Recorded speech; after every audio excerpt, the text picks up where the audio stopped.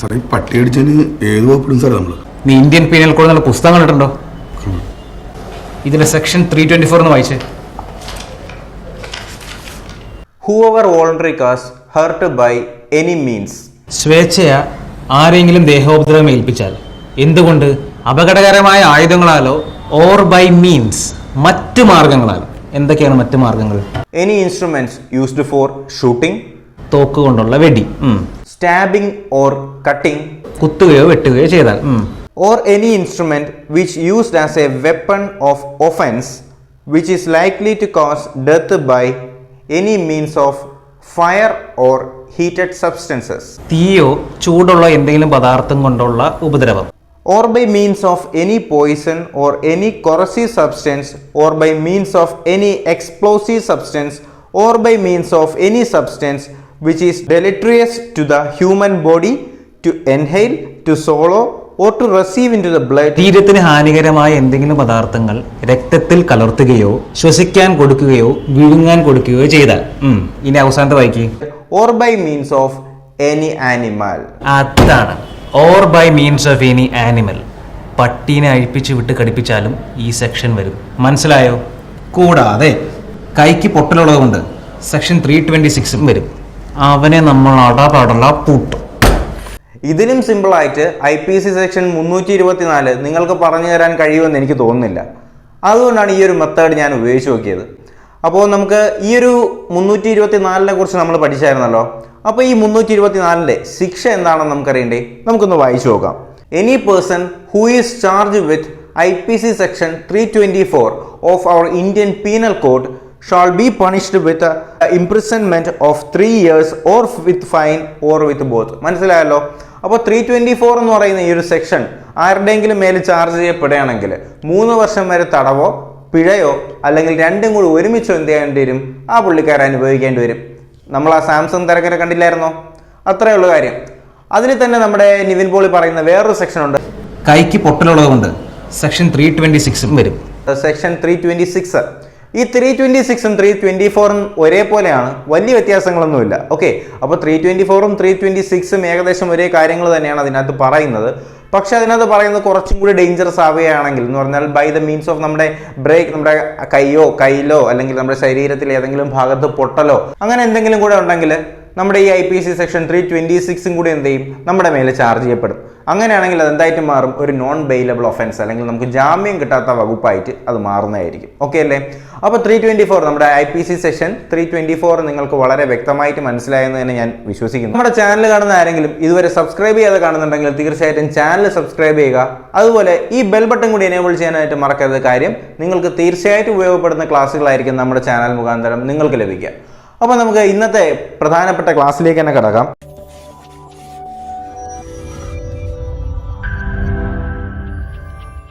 അപ്പോൾ നമ്മൾ ഇന്ന് പ്രധാനമായിട്ടും ഡിസ്കസ് ചെയ്യാനായിട്ട് പോകുന്നത് ഇന്ത്യൻ എവിഡൻസ് ആക്റ്റുമായിട്ട് ബന്ധപ്പെടുത്തിയിട്ടുള്ള കുറച്ചധികം കാര്യങ്ങളാണ്. അപ്പോൾ നമുക്ക് ഒന്നാമത്തെ ചോദ്യത്തിലേക്ക് തന്നെ പോകാം. സ്ത്രീകൾക്ക് രാത്രികാലങ്ങളിൽ ജോലി ചെയ്യാൻ അനുവാദം നൽകിക്കൊണ്ട് അടുത്തിടെ ഫാക്ടറീസ് ആക്ട് ഭേദഗതി ചെയ്ത സംസ്ഥാനം എന്നാണ് ചോദ്യം. അപ്പോൾ ഇത് നിങ്ങൾ അറിഞ്ഞിരിക്കേണ്ട ഒരു ചോദ്യമാണ്, അതുകൊണ്ടാണ് ഈ ചോദ്യം പറയുന്നത്. ചോദ്യം ശ്രദ്ധിക്കുക. സ്ത്രീകൾക്ക് രാത്രികാലങ്ങളിൽ ജോലി ചെയ്യാൻ അനുവാദം നൽകിക്കൊണ്ട് അടുത്തിടെ ഫാക്ടറീസ് ആക്ട് പുറപ്പെടുവിപ്പിച്ച സംസ്ഥാനം ഏതാണ് നമ്മുടെ ചോദ്യം. ഏതാണത്? നമ്മുടെ ഗോവയാണ് കേട്ടോ. അപ്പോൾ ഗോവ, ഇപ്പം ഞാനിപ്പോൾ പറഞ്ഞ കാര്യം എന്താണ്? സ്ത്രീകൾക്ക് രാത്രികാലങ്ങളിൽ ജോലി ചെയ്യാൻ അനുവാദം നൽകിക്കൊണ്ട് അടുത്തിടെ ഫാക്ടറീസ് ആക്ട് പുറപ്പെടുവിപ്പിച്ചിട്ടുള്ള സംസ്ഥാനം ഏതെന്ന് ചോദിക്കുകയാണെങ്കിൽ അത് നമ്മുടെ ഗോവയാണെന്ന് ഓർത്തിരിക്കുക. രണ്ടാമത്തെ ചോദ്യം എന്ന് പറയുന്നത് ഉടമസ്ഥന്റെ അനുവാദമില്ലാതെ ഭിത്തികൾ, കെട്ടിടങ്ങൾ, മറ്റു നിർമ്മിതികൾ എന്നിവ വികൃതമാക്കുന്നതുമായി ബന്ധപ്പെട്ട ഏതൊരു വ്യക്തിയും കുറ്റക്കാരനാണെന്ന് പ്രതിപാദിക്കുന്ന കേരള പോലീസ് ആക്ടിലെ സെക്ഷൻ ഏതാണ്? അപ്പോൾ നമ്മളിപ്പോൾ പൊതുവേ കണ്ടുവരുന്ന ഒരു ട്രെൻഡാണല്ലേ, നല്ല വൈറ്റ് വാഷൊക്കെ അടിച്ചിട്ടേക്കുന്ന ചുമര് കാണുമ്പോൾ നമുക്കൊരു ഒരു ഇറിറ്റേഷൻ തോന്നും. വല്ല കരിക്കട്ടയോ വല്ല ഓടോ എന്തെങ്കിലും എടുത്ത് വെച്ച് എന്ത് ചെയ്തു ചുമ്മാ ഒന്ന് വരച്ചിട്ട് അങ്ങ് പോകും. പക്ഷെ അതിൻ്റെ ബാക്കിലത്തെ ഓഫൻസ് നമ്മൾ അറിയാതെ ആയിരിക്കും ഈ ഒരു പ്രവൃത്തി ചെയ്യുന്നത്. അപ്പോൾ ഇനി ഈ വീഡിയോ കാണുന്ന ആരും ആ ഒരു കാര്യം ചെയ്യില്ല എന്ന് തന്നെ വിശ്വസിക്കുന്നു. അപ്പോൾ എന്താണ് നമുക്ക് ആ സെക്ഷൻ എന്ന് നോക്കാം. ഉടമസ്ഥന് അനുവാദമില്ലാതെ ഭിത്തികളോ അല്ലെങ്കിൽ കെട്ടിടങ്ങളോ അല്ലെങ്കിൽ എന്തെങ്കിലും നിർമ്മിതികളോ അത് കേടുപാട് വരുത്തുന്ന രീതിയിലോ അല്ലെങ്കിൽ അത് വികൃതമാക്കുന്ന രീതിയിലോ നമ്മൾ എന്തെങ്കിലും ചെയ്യുകയാണെങ്കിൽ അത് കേരള പോലീസ് ആക്ടിൻ്റെ സെക്ഷൻ 120D വരുന്നത്. ഓക്കെ അല്ലേ? അപ്പോൾ ഉടമസ്ഥന് അനുവാദമില്ലാതെ ഭിത്തികളോ കെട്ടിടങ്ങളോ അല്ലെങ്കിൽ മതിലുകളോ എന്തെങ്കിലും നമ്മൾ എന്ത് ചെയ്യാണ് വികൃതമാക്കുകയോ നശിപ്പിക്കുകയോ ചെയ്യുകയാണെങ്കിൽ അതെല്ലാം വരുന്ന കേരള പോലീസ് ആക്ടിന്റെ സെക്ഷൻ ഏതാണെന്ന് വെച്ചാൽ അത് ഏതാണ്? സെക്ഷൻ 120D 120D ആണെന്ന് ഓർത്തിരിക്കുക. വളരെ പ്രധാനപ്പെട്ട ചോദ്യമാണ്, നമുക്ക് തെറ്റിക്കാൻ ചാൻസ് ഉള്ള ഒരു ക്വസ്റ്റ്യൻ കൂടിയാണ്.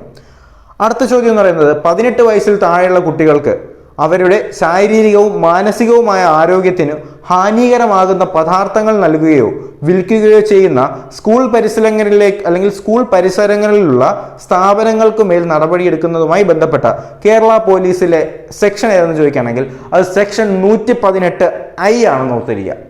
ചോദ്യം മനസ്സിലായോ? വേറെ ഒന്നുമില്ല, നമ്മൾ കണ്ടിട്ടുള്ളതാണ്. നമ്മുടെ സ്കൂളുകളുടെയൊക്കെ അടുത്ത് ഒരു ബോർഡ് വെച്ചിട്ടുള്ളത് കണ്ടാണ്, ഇത്ര മീറ്റർ പരിധിയിൽ എന്ത് ചെയ്യാൻ പാടില്ല, പുകയില ഉൽപ്പന്നങ്ങൾ വിൽക്കുവാനോ വാങ്ങുവാനോ ഒന്നും പാടില്ല എന്ന് പറഞ്ഞിട്ട് സ്കൂൾ പരിസരങ്ങളിൽ തീർച്ചയായിട്ടും ഇങ്ങനെ ഒരു ബോർഡ് നിങ്ങൾ എല്ലാവരും കണ്ടിട്ടുണ്ട്.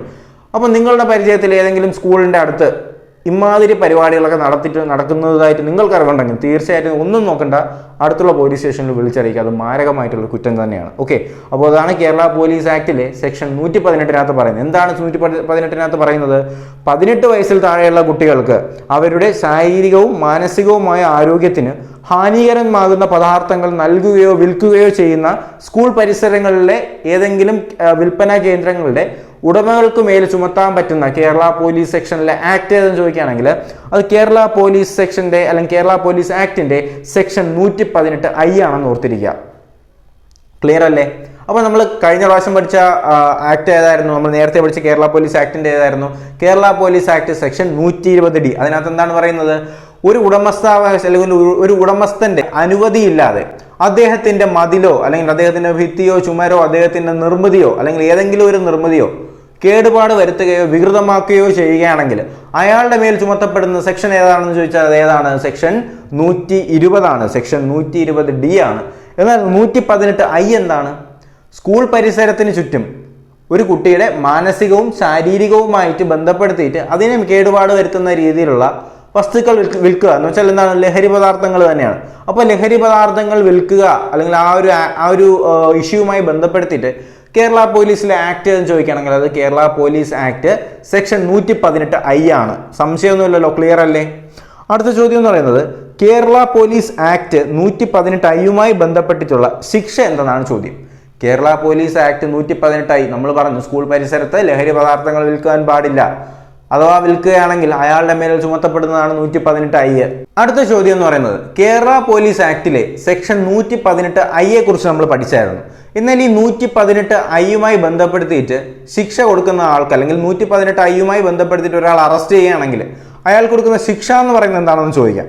അത് 3 വർഷം തടവും 10,000 രൂപ പിഴയുമാണ്. ചില്ലറ കളിയൊന്നുമല്ല, 3 വർഷം തടവും 10,000 രൂപ പിഴയുമാണ് എന്ത് ചെയ്തിട്ടുള്ളത്? നമ്മുടെ ഈ ഒരു സ്കൂൾ പരിസരത്തിന് എന്ത് ചെയ്യുകയാണെങ്കിൽ ലഹരി പദാർത്ഥങ്ങൾ വിൽക്കുകയാണെങ്കിൽ അയാളുടെ മേൽ ചുമത്തപ്പെടുന്ന കുറ്റം അല്ലെങ്കിൽ കുറ്റം എന്ന് പറയുന്നത് 118I ആണ്. ശിക്ഷ എന്ന് പറയുന്നത് 3 വർഷം വരെ തടവും കൊടുക്കാം, 10,000 രൂപ പിഴയും കൊടുക്കാം. ഓക്കെ, അപ്പോൾ നിങ്ങളുടെ പരിചയത്തിൽ ഏതെങ്കിലും ഒരു സ്ഥാപനം ഇങ്ങനെ ഒരു ആക്ട് അല്ലെങ്കിൽ ഇങ്ങനെ ഒരു മാൽ പ്രാക്ടീസ് ചെയ്യുകയാണെങ്കിൽ തീർച്ചയായിട്ടും നിങ്ങൾക്ക് എന്ത് ചെയ്യാം? അടുത്തുള്ള പോലീസ് സ്റ്റേഷനിൽ വിവരം അറിയിക്കാവുന്നതാണ്.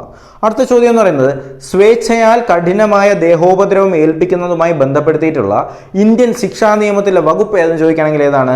അത് ഇന്ത്യൻ ശിക്ഷാ നിയമം സെക്ഷൻ 322 ആണ്. എന്താണ് ചോദ്യം? സ്വേച്ഛയാൽ കഠിനമായ ദേഹോപദ്രവം ഏൽപ്പിക്കുന്നതുമായി ബന്ധപ്പെടുത്തിയിട്ടുള്ള ഇന്ത്യൻ ശിക്ഷാ നിയമത്തിലെ വകുപ്പാണ് ഇന്ത്യൻ ശിക്ഷാ നിയമത്തിലെ സെക്ഷൻ 322. എന്താണ് ചോദ്യം? സ്വേച്ഛയാ കഠിനമായ ദേഹോപദ്രവം ഏൽപ്പിക്കുകയാണെങ്കിൽ അയാളുടെ മേൽ ചുമത്തപ്പെടുന്ന ഇന്ത്യൻ ശിക്ഷാ നിയമത്തിലെ വകുപ്പ് ഏതെന്ന് ചോദിക്കുകയാണെങ്കിൽ ഏതാണ്? ഇന്ത്യൻ ശിക്ഷാ നിയമത്തിലെ സെക്ഷൻ 322 ആണ്. സംശയമൊന്നുമില്ലല്ലോ, ക്ലിയർ അല്ലേ? അടുത്ത ചോദ്യത്തിലേക്ക് നമുക്ക് പോവാം. വിവരാവകാശ നിയമത്തിലെ വകുപ്പുകളുടെ എണ്ണം എത്രയാണ്? വിവരാവകാശ നിയമത്തിലെ വകുപ്പുകളുടെ എണ്ണം എന്ന് പറയുന്നത് 31 ആണ്. വിവരാവകാശ നിയമത്തിലെ വകുപ്പുകളുടെ എണ്ണം എത്രയാണ്? 31 വകുപ്പുകളാണ് നമ്മുടെ വിവരാവകാശ നിയമത്തിനകത്തുള്ളത്. വിവരാവകാശ നിയമത്തിനകത്ത് എത്ര വകുപ്പുകളുണ്ട്? 31 വകുപ്പുകളാണ് വിവരാവകാശ നിയമത്തിനകത്ത് നിലവിലുള്ളത്. ഓക്കെ അല്ലേ? അടുത്ത ചോദ്യം, വിവരാവകാശ നിയമത്തിലെ അധ്യായങ്ങളുടെ എണ്ണം 6 ആണ്. 31 വകുപ്പുകളുണ്ട്, 6 അധ്യായങ്ങളും 2 പട്ടികകളുമാണ് വിവരാവകാശ നിയമത്തിനകത്തുള്ളത്. സംശയമുണ്ടോ? ഒന്നും കൂടി, വിവരാവകാശ നിയമത്തിൽ 31 വകുപ്പുകളുണ്ട്, 6 അധ്യായങ്ങളും 2 ഭാഗങ്ങളും അല്ലെങ്കിൽ 2 പട്ടികകളുമാണ് ഉള്ളത്. ഓക്കെ അല്ലേ? ഒന്നും കൂടി, വിവരാവകാശ നിയമത്തിൽ 31 വകുപ്പുകളുണ്ട്, 6 അധ്യായങ്ങളുണ്ട്, 2 പട്ടികകളുണ്ട്. ഓക്കെ, 31 വകുപ്പുകളുണ്ട്, 6 അധ്യായങ്ങളുണ്ട്, 2 പട്ടികകളുണ്ട്. എവിടെയുണ്ട്? നമ്മുടെ വിവരാവകാശ നിയമത്തിനകത്ത് ഉണ്ട്. സംശയമൊന്നുമില്ലല്ലോ, ക്ലിയർ അല്ലേ? അടുത്ത ചോദ്യം, ഇന്ത്യൻ എവിഡൻസ് ആക്ടിന്റെ വ്യാപ്തിയെക്കുറിച്ച് പ്രതിപാദിക്കുന്ന സെക്ഷൻ ഏതെന്നാണ് ചോദ്യം. ഇന്ത്യൻ എവിഡൻസ് ആക്ടിന്റെ വ്യാപ്തിയെക്കുറിച്ച് പ്രതിപാദിക്കുന്ന സെക്ഷനാണ് Indian evidence act section 1. Indian evidence ആക്ടിന്റെ വ്യാപ്തിയെക്കുറിച്ച് പ്രതിപാദിക്കുന്ന സെക്ഷനാണ് Indian evidence act section 1. Indian evidence ആക്ടിന്റെ വ്യാപ്തിയെക്കുറിച്ച് പ്രതിപാദിക്കുന്ന സെക്ഷനാണ് Indian evidence act section 1. Okay അല്ലേ? അടുത്ത ചോദ്യം, പ്രതിയിൽ നിന്നും കിട്ടിയിട്ടുള്ള വിവരങ്ങൾ എത്രത്തോളം തെളിയിക്കാനാവുന്നതാണെന്ന് പ്രതിപാദിക്കുന്ന ഇന്ത്യൻ എവിഡൻസ് ആക്ടിലെ സെക്ഷനാണ് section 27. Indian evidence act section 27. ഒരു പ്രതിയിൽ നിന്നും കിട്ടുന്ന തെളിവുകൾ എത്രത്തോളം തെളിയിക്കാൻ പറ്റുന്നതാണെന്ന് പ്രതിപാദിക്കുന്ന ഇന്ത്യൻ എവിഡൻസ് ആക്ടിലെ സെക്ഷനാണ് സെക്ഷൻ 27. ഒരു പ്രതിയിൽ നിന്നും കിട്ടുന്ന തെളിവുകൾ എത്രത്തോളം തെളിയിക്കാൻ കഴിയാം അല്ലെങ്കിൽ തെളിയിക്കാൻ പറ്റുന്ന തെളിവാണെന്ന് പ്രതിപാദിക്കുന്ന ഇന്ത്യൻ എവിഡൻസ് ആക്ടിലെ സെക്ഷനാണ് സെക്ഷൻ 27. എന്ത് section? Indian evidence act section 27. Clear അല്ലേ? അടുത്ത ചോദ്യം എന്ന് പറയുന്നത് ആളപഹരണവുമായി ബന്ധപ്പെടുത്തിയിട്ടുള്ള ഇന്ത്യൻ ശിക്ഷാ നിയമത്തിലെ സെക്ഷനാണ് ഇന്ത്യൻ ശിക്ഷാ നിയമത്തിലെ സെക്ഷൻ 362. ആളപഹരണവുമായി ബന്ധപ്പെടുത്തിയിട്ടുള്ള ഇന്ത്യൻ ശിക്ഷാ നിയമത്തിലെ സെക്ഷൻ ഏതാണ്? സെക്ഷൻ 362. ആളപഹരണം 362. ആളപഹരണം ഇന്ത്യൻ ശിക്ഷാ നിയമത്തിലെ സെക്ഷൻ 362. ഓക്കെ അല്ലേ? അടുത്ത ചോദ്യം, ആളപഹരണവും ആൾമോഷണവും തികച്ചും രണ്ടാണ് അല്ലെങ്കിൽ തികച്ചും വ്യത്യസ്തമാണെന്ന് പറയുന്ന നിരീക്ഷിച്ച കേസ് ഏതാണ് ചോദ്യം. ആളപഹരണവും ആൾമോഷണവും തികച്ചും രണ്ടാണെന്ന് പറയുന്ന അല്ലെങ്കിൽ തികച്ചും രണ്ടാണെന്ന് നമുക്ക് തെളിയിച്ചു തന്ന കേസ് ഏതാണെന്ന് ചോദിക്കുകയാണെങ്കിൽ അഭയ ജന്ന വേഴ്സസ് ഒഡീഷ കേസാണ്. അഭയ ജന്ന വേഴ്സസ് ഒഡീഷ കേസാണ് എന്ത് ചെയ്യുന്നത്? ആളപഹരണവും ആൾമോഷണവും തികച്ചും വ്യത്യാസമാണെന്ന് പറയുന്ന ഇന്ത്യൻ അല്ലെങ്കിൽ നമ്മുടെ വ്യത്യാസമാണെന്ന് നമുക്ക് തെളിയിച്ച് കാണിക്കുന്ന നമ്മുടെ കേസ് ഏതാണെന്ന് ചോദിച്ചാൽ എന്താണ്? അഭയ ജന്ന വേഴ്സസ് ഒഡീഷ കേസാണ്. അഭയ ജന്ന വേഴ്സസ് ഒഡീഷ കേസാണ്. ആളപഹരണവും ആൾമോഷണവും തികച്ചും രണ്ടാണെന്ന് പ്രതിപാദിക്കുന്നതാണ് അഭയ ജന്ന വേഴ്സസ് ഒഡീഷ കേസ്. ഓക്കെ അല്ലേ? അടുത്ത ചോദ്യം എന്ന് പറയുന്നത് ഭിക്ഷാടനത്തിന് വേണ്ടി ഒരു കുട്ടിയെ മോഷണം ചെയ്യുകയോ അംഗഭംഗം ചെയ്യുകയോ ചെയ്യുന്നത് കുറ്റകരമാണെന്ന് പ്രതിപാദിക്കുന്ന ഇന്ത്യൻ ശിക്ഷാ നിയമത്തിലെ സെക്ഷനാണ് സെക്ഷൻ 363A. ഓക്കെ അല്ലേ? അപ്പോൾ ഭിക്ഷാടനത്തിന് വേണ്ടി ഒരു കുട്ടിയെ തട്ടിക്കൊണ്ടു പോവുകയോ ആ കുട്ടിക്ക് അംഗഭംഗം വരുത്തുകയോ ചെയ്യുകയാണെങ്കിൽ അയാൾക്ക് മേൽ ചുമത്തപ്പെടുന്ന ശിക്ഷാ നിയമം ഏതെന്ന് ചോദിക്കുകയാണെങ്കിൽ ഇന്ത്യൻ ശിക്ഷാ നിയമം സെക്ഷൻ 363A ആണ്. അടുത്ത ചോദ്യം എന്ന് പറയുന്നത് കൊല ചെയ്യുന്നതിന് വേണ്ടി ആൾമോഷണമോ ആളപഹരണമോ കുറ്റകരമാണെന്ന് പ്രതിപാദിക്കുന്ന ഇന്ത്യൻ ശിക്ഷാ നിയമത്തിലെ സെക്ഷനാണ് 364. എന്താണ് ചോദ്യം? അല്ലെങ്കിൽ നമ്മൾ കൊലപാതകം ചെയ്യുന്നതിന് വേണ്ടി ആൾമോഷണമോ ആൾ അപഹരണമോ കുറ്റമാണെന്ന് പ്രതിപാദിക്കുന്ന ഇന്ത്യൻ ശിക്ഷാ നിയമത്തിലെ സെക്ഷനാണ് സെക്ഷൻ 364. അപ്പോൾ നമ്മൾ അതിന് മുന്നേ പറഞ്ഞ എന്താണ്?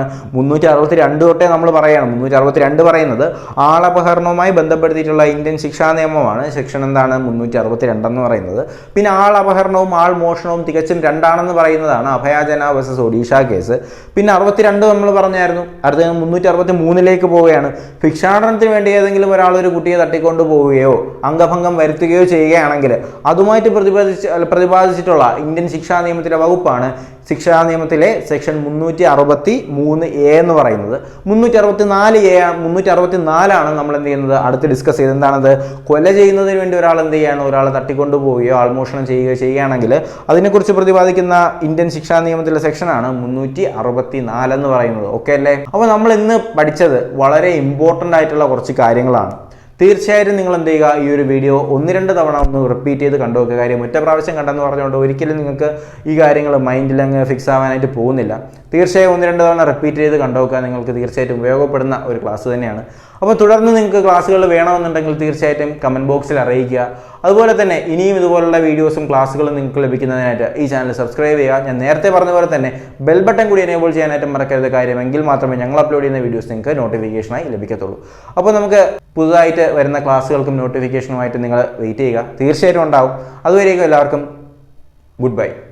അവനെ നമ്മൾ അടപടല പൂട്ടും. ഇനി ഒരു പണിയും കൂടി ഉണ്ട്.